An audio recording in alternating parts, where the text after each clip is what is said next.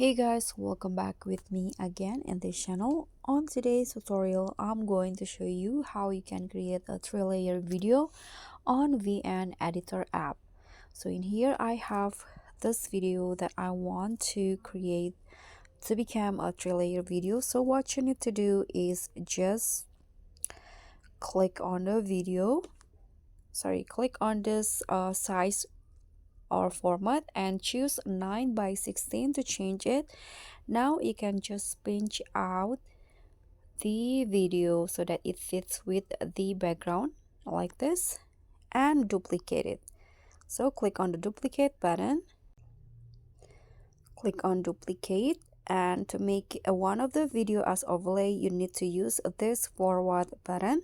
So click on the video and click on forward,